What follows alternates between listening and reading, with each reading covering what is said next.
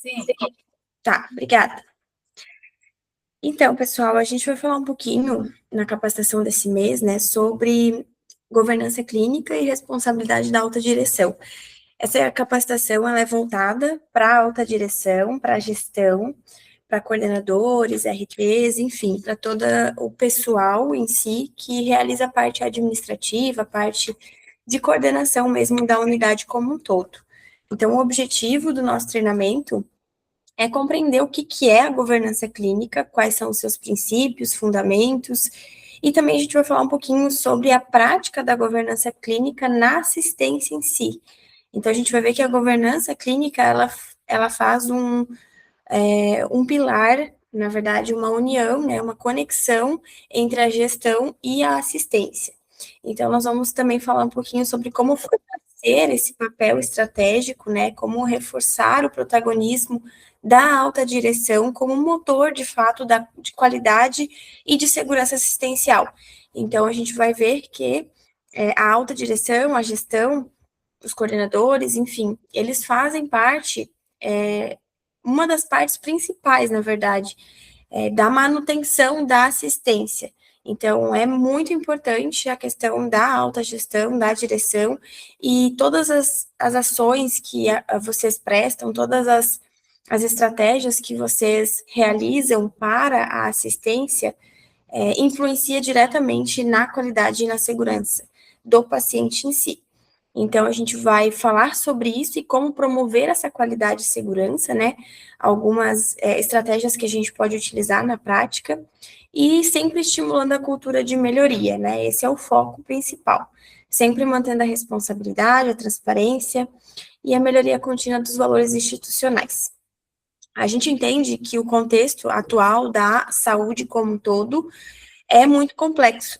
Então, as unidades, seja de baixa, média ou alta complexidade, todas elas lidam com múltiplos fluxos, lidam com equipe multidisciplinar, aumento da demanda, exigência cada vez mais por maior qualidade e segurança, justamente pelo fato de que algumas unidades trabalham, inclusive, sob superlotação.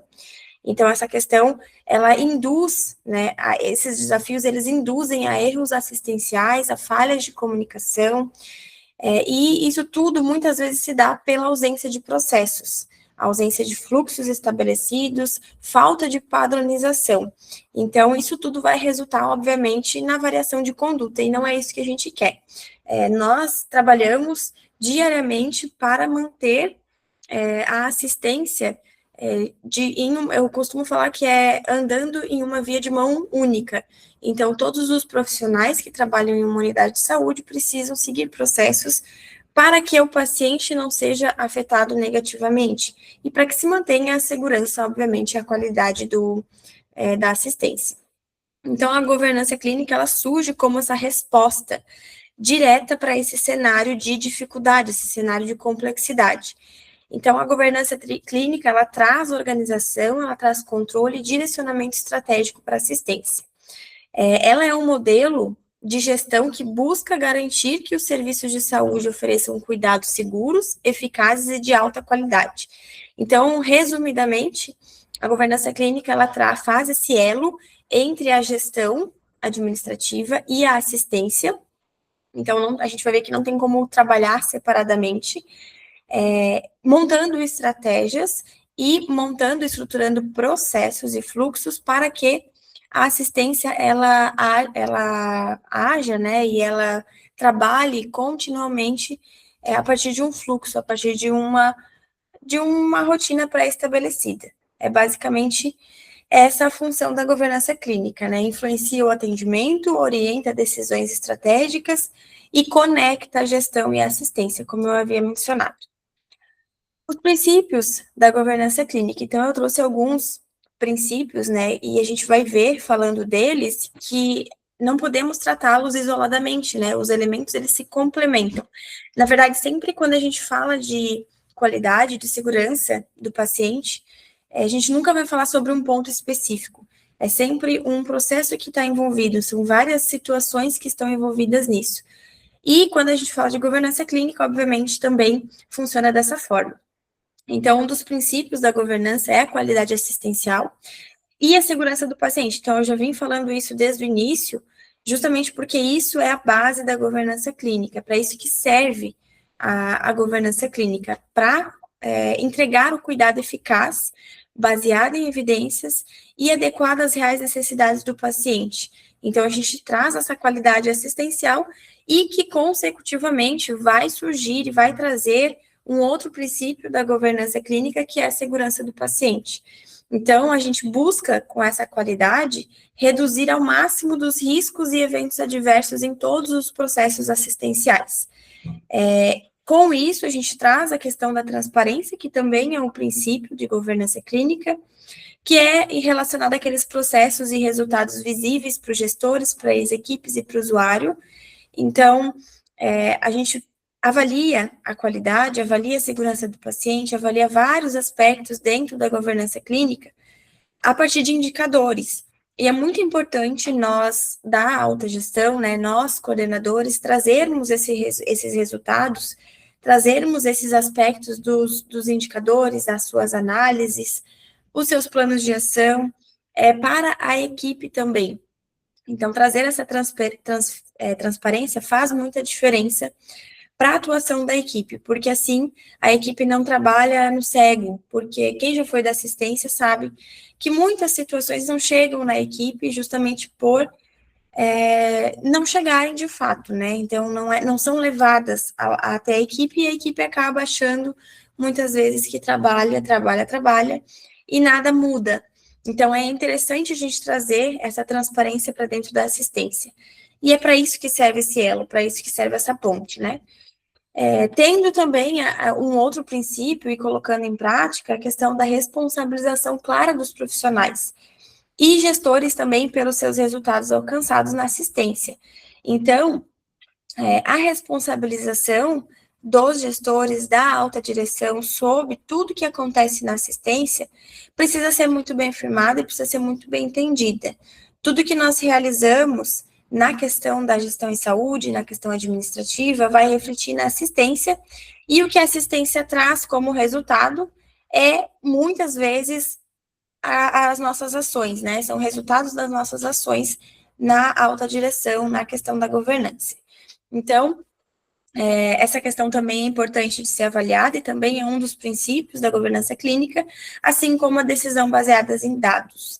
Então, como a gente já falou, o uso dos indicadores são muito importantes, como evidências, né?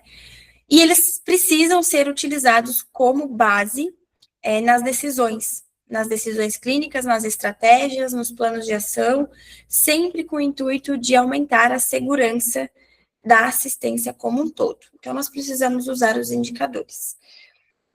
Eu trouxe uma diferença básica, né, e que eu acho que visivelmente fica mais fácil de compreender a diferença entre governança organizacional e governança clínica.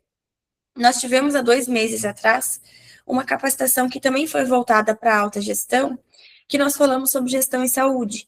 Eu trouxe a questão da gestão administrativa e da gestão financeira, que é basicamente a governança organizacional. Então, a governança organizacional, ela traz pontos como planejamento estratégico da unidade, gestão de resultados financeiros, recursos financeiros, na verdade, contratação de gestão de pessoal, estrutura física, insumos, cumprimento de normas e legislações. Então, a parte da governança organizacional é, de fato, como o próprio nome já diz, é a parte organizacional e estrutural da unidade. Já quando nós falamos de governança clínica, nós estamos nos referindo a processos assistenciais, a segurança do paciente, ao monitoramento dos indicadores clínicos, a auditoria clínica periódica, boas práticas baseadas em evidências. Então, essa é a principal diferença. A governança organizacional trata da gestão em saúde, né, parte administrativa, de recursos financeiros e entre outros. E a governança clínica, ela faz parte da estrutura clínica, da assistência, e faz esse elo, né? Então, a gente não tem como separar as duas, elas caminham juntas, justamente porque tudo que nós realizamos na gestão vai interferir na assistência. Aqui eu trouxe a parte da governança clínica na aplicação prática, em todos os níveis de atenção, desde UBS, UPA até o hospital. Então, a gente tem unidades de baixa complexidade, média e alta complexidade.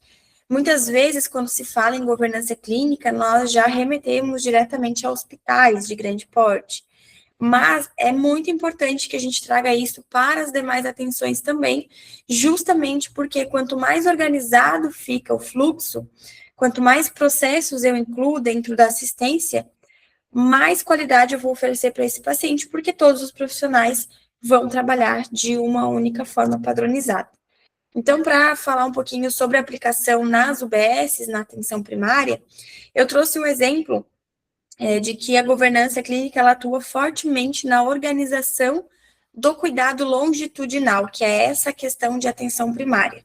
É a gente trabalhar o paciente como um todo, né? Então, ter a estrutura total desse paciente, trabalhar ele de forma longitudinal também, desde o nascimento até a terceira idade, né, a velhice. Então, a gente pode aplicar em doenças crônicas, como protocolos estruturados para acompanhamento de hipertensão, acompanhamento de diabetes e outras condições de longa duração também. Além disso, podemos aplicar a governança clínica no monitoramento de absenteísmo, né, aquele controle de falta, busca ativa de paciente, para garantir, de fato, essa longitudinidade, esse cuidado contínuo, né, e trazer o paciente para dentro da unidade também. Além disso, a organização da agenda, o registro em prontuário. Então, toda essa questão de fluxo estruturado para esses pontos fazem parte da governança clínica, e a gente vê na prática que realmente ela funciona e ela existe. Não fica só na teoria, né? Já a aplicação nas UPAs, as UPAs, elas são UPAs e unidades, né, e pronto-socorro, enfim, são unidades que geralmente trabalham com alta demanda. Essa alta demanda, ela pode ser periódica, né, tem períodos que sim, períodos que não, mas geralmente você precisa de uma tomada de decisão mais rápida. E se nós não temos aplicação da governança clínica, se nós não temos protocolos estruturados, infelizmente, a gente não vai ser assertivo no tratamento de pacientes que necessitam de situações de urgência e emergência. Então, a governança ela pode ser aplicada na classificação de risco, por exemplo, através do protocolo de classificação, protocolo de Manchester, entre outros. Além disso, o protocolo de emergência, né, atendimentos de AVE, infarto, fluxograma para trauma, monitoramento dos tempos, né, de tempos, ou seja, do controle de tempo de espera desse paciente, do atendimento, do controle do tempo de atendimento, quanto tempo esse paciente fica na unidade, né, trabalhar com esses indicadores de desempenho operacional.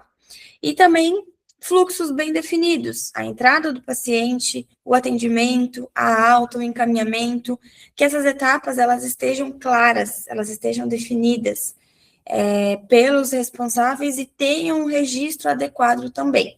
Então, principalmente nas unidades que trabalham com situações que exigem decisões rápidas. Se você não tem um fluxo bem estabelecido, isso vai ser muito dificultoso e vai interferir muito na qualidade da assistência. E os hospitais, né, unidades de alta complexidade, de fato, não tem como funcionar sem a governança clínica, sem a estruturação, a formalização de protocolos clínicos, indicadores hospitalares. Então, precisa haver um monitoramento sistemático de indicador. Que indicador pode dar o exemplo, né? A questão da infecção hospitalar, tempo de internação, enfim, indicadores críticos, ter também e introduzir na governança clínica as auditorias clínicas. Então, avaliação de consultas, avaliação periódica de prontuário, identificar nessas avaliações desvios, né, e oportunidades de melhoria, então, sempre pensando na segurança do paciente. E, falando em segurança, a questão do núcleo de segurança é muito importante, é interessante que se tenha uma estrutura profissional dedicada à análise de eventos adversos, dedicada à implementação de ações preventivas e corretivas referente à segurança do paciente. Até porque a segurança do paciente ela é o foco de toda assistência Então, é primordial que se tenha segurança em todos os atendimentos, e é por isso que há necessidade de implantação de núcleo de segurança do paciente dentro de qualquer unidade, na verdade, mas principalmente de unidade de alta complexidade, que exige um recurso muito maior, né, uma infraestrutura maior, recursos humanos maiores, então nós precisamos ter esse entendimento e associar isso, todos esses pontos à segurança do paciente. Aqui eu trouxe alguns pilares da governança clínica. A experiência do paciente é um deles, é um pilar fundamental. Tudo que torna a jornada do usuário dentro da unidade, né, tudo que se refere à jornada dele, é relacionado à experiência que ele tem. Então, desde o acolhimento, comunicação clara, tempo de espera, empatia, segurança durante o procedimento, durante o atendimento, tudo isso vai me dizer no final, né, e vai pré-definir a experiência e a satisfação do usuário. A gestão de riscos também é um pilar fundamental. Então, a gente falou anteriormente sobre a questão da análise dos eventos adversos, né, do trabalho, das estratégias de implementação de ações que reduzam esses eventos adversos, porque a gente sabe que erros existem na assistência, só que muitas vezes eles são subnotificados por medo, né, pela questão daquela, de algumas unidades ainda impor aquela conduta punitiva perante esses erros. Mas a gente busca sempre trazer essa identificação como um aprendizado e não como punição, justamente para incentivar os profissionais a declararem os erros, né, a notificarem, porque isso faz diferença na avaliação e, obviamente, nas ações que a gente implementa.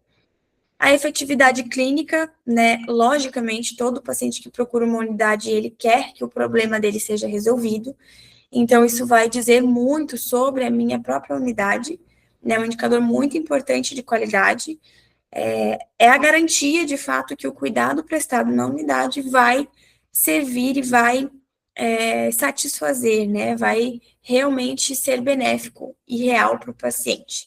E a auditoria clínica, como a gente falou, né, trazer os mecanismos de avaliação contínuo, de prontuário, de indicador, de verificação de cumprimento de protocolos, e a questão de protocolos estruturados, é interessante a gente sempre fazer a revisão.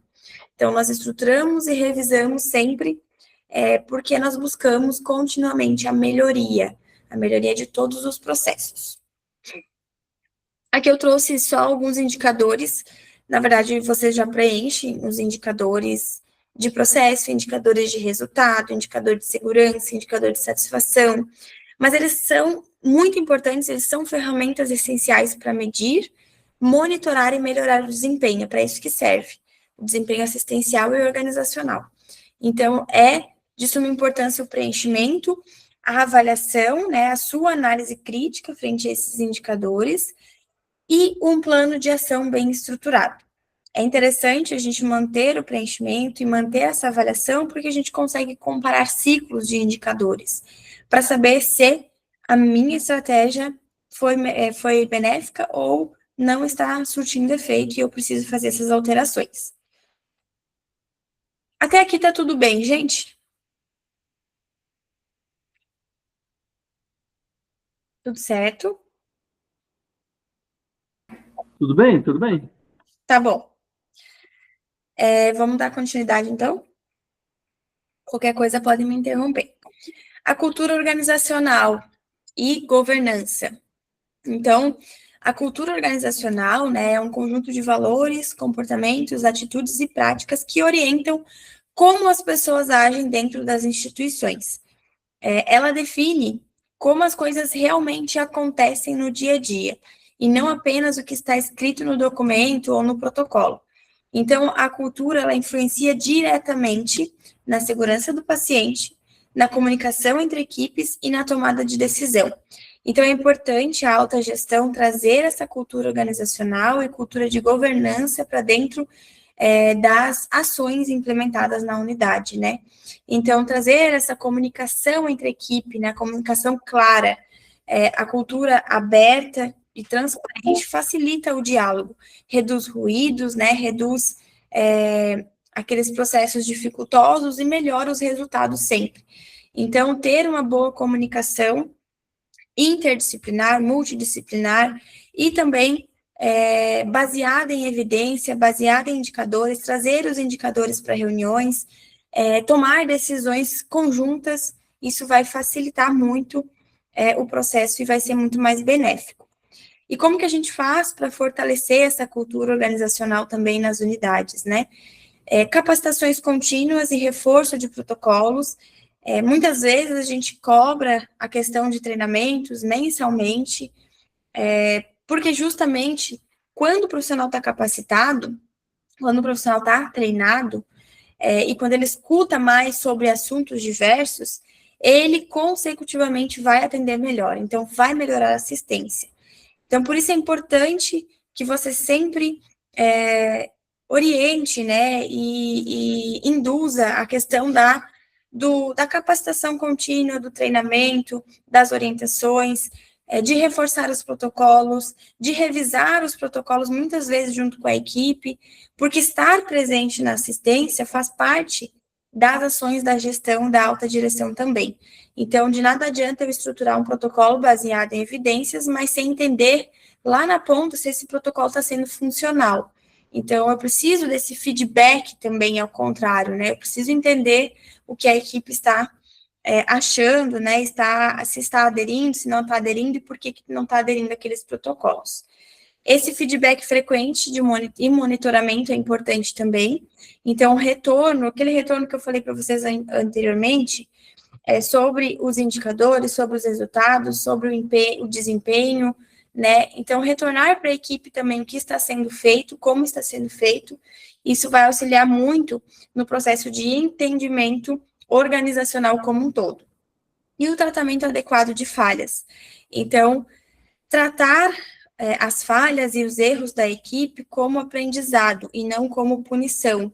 Porque se a gente se um profissional ele notifica um erro e ele é punido com uma advertência, com afastamento, ele não vai notificar mais por medo e a equipe não vai notificar mais por medo também que aconteça da mesma forma. A gente sabe que a assistência existe erro, não tem como dizer que não existe. Só que a gente quer que esse profissional identifique esse erro e comunique para você.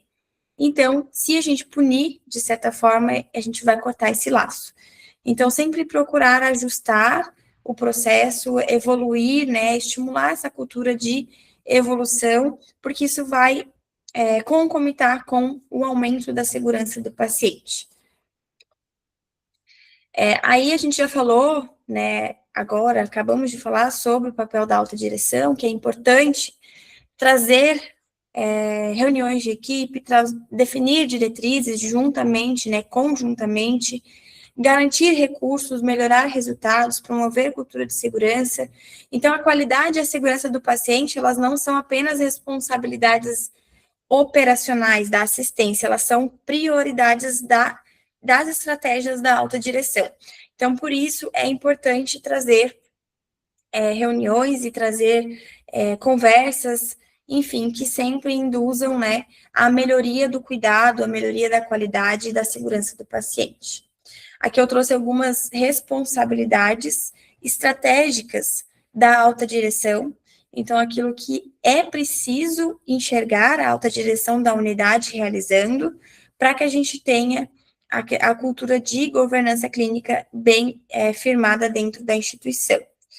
Definir missão, definir visão e valores alinhados à qualidade, inserir segurança do paciente como prioridade institucional, garantir recursos humanos qualificados através de treinamentos, equipamentos adequados, insumos disponíveis, acompanhar indicadores assistenciais, avaliar desempenho, tomar decisões sempre baseadas em dados concretos, então avaliar os indicadores rotineiramente, implementar sistemas de notificação, então dar ouvidos aos profissionais, dar ouvidos aos pacientes, e incentivar isso como uma cultura não punitiva, para que tenha-se mais notificações.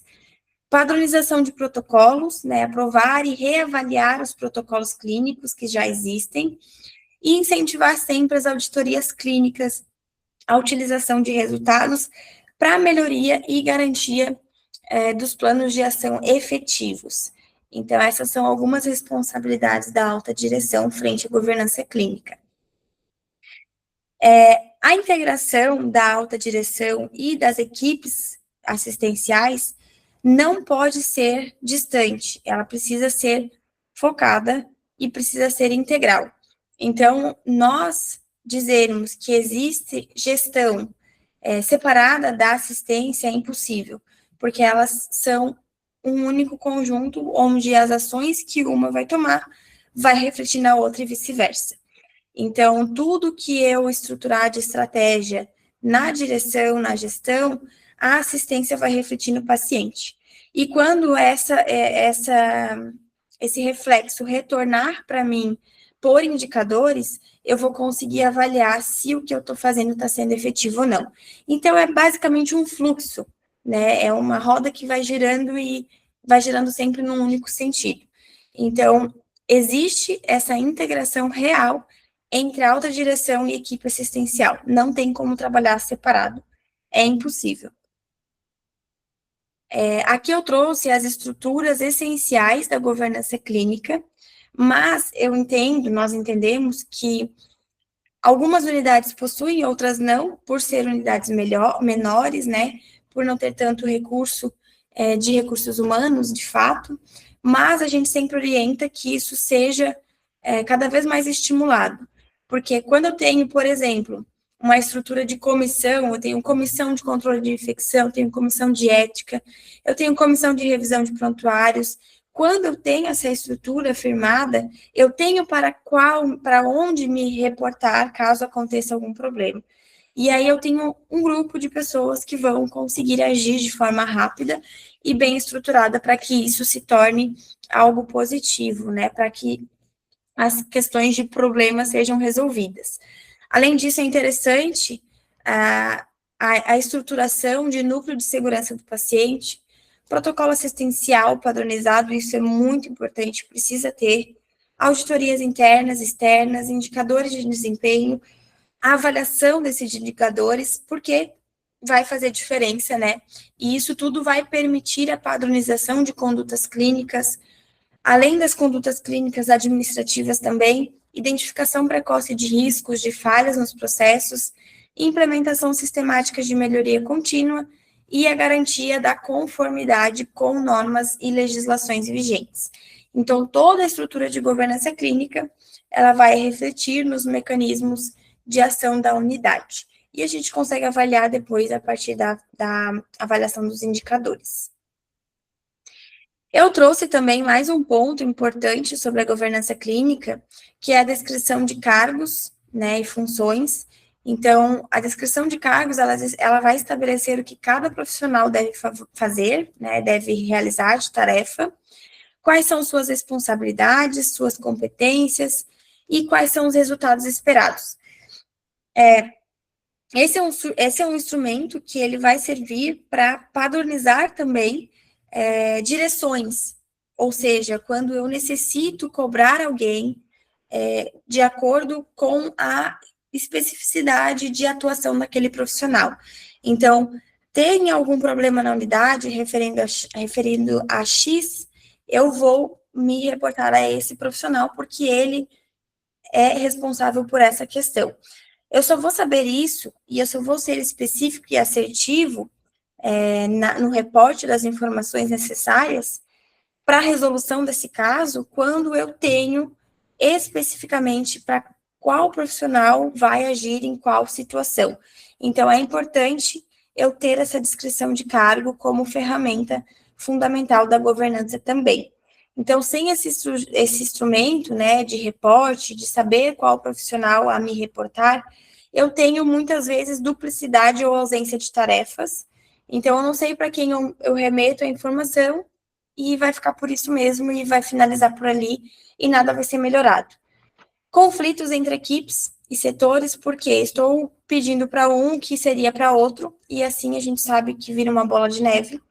Falhas na execução dos resultados, dificuldades na cobrança e na responsabilização também por alguma demanda.